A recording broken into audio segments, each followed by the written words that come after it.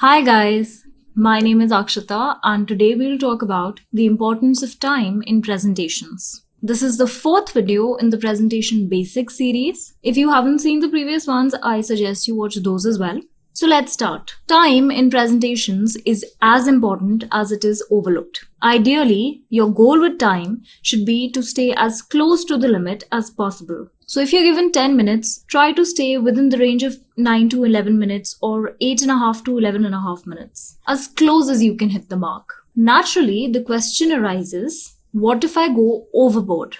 Well, in that case, you may go rambling on and on. You may bore the audience. You may even entirely lose your audience. We all remember that one vice principal or that one chief guest who said that he or she would talk for 5 to 10 minutes but ended up rambling God knows for how long because nobody was listening to them. You don't want to be those people. So next the question arises, what if I come up short? Well, when you're given a time limit, you're also given a general direction of how much content you're supposed to cover. So, if you come up short, that means you may not have covered as much content as was expected of you. You may have missed out on a few key points. So, it is always wise to stay somewhere within the time limit.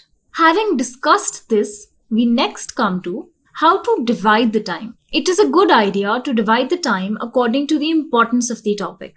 So does this seem like a good idea to you? Dividing the time equally among introduction, body and conclusion? Well, this is not a good idea, and this is because your introduction merely introduces the topic and your conclusion streamlines whatever argument you made. But it is the body that has the main argument. So you want to devote maximum time discussing your argument, right? This is not to say that introduction is not important or conclusion is not important. They both have to be powerful, they both have to be gripping, but it only means that you need to devote more time to talk about your main argument, which will be contained in the body. Now let's take up body. How to divide the time allotted to body to take up different ideas? Well, consider this. Idea number 1 is more important than idea number 2, which in turn is more important than idea number 3. So does this seem like a good idea? Well, it's not. Let's see why.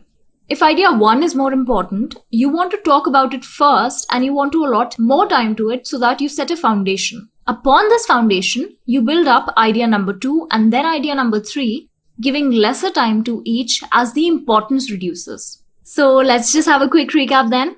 Idea number 1 was to stay as close to the time limit as possible. Then structure your presentations, factoring in the time that is allotted to you. And finally, the time allotted should be proportionate to the importance of ideas. In the next video, we'll talk about presentation structure. You can find all the videos in sequence in the presentation basics playlist. So thank you so much. I hope you learned something and I hope you liked it. If you did, please consider liking and also subscribing. Suggestions and questions are always welcome in the comments.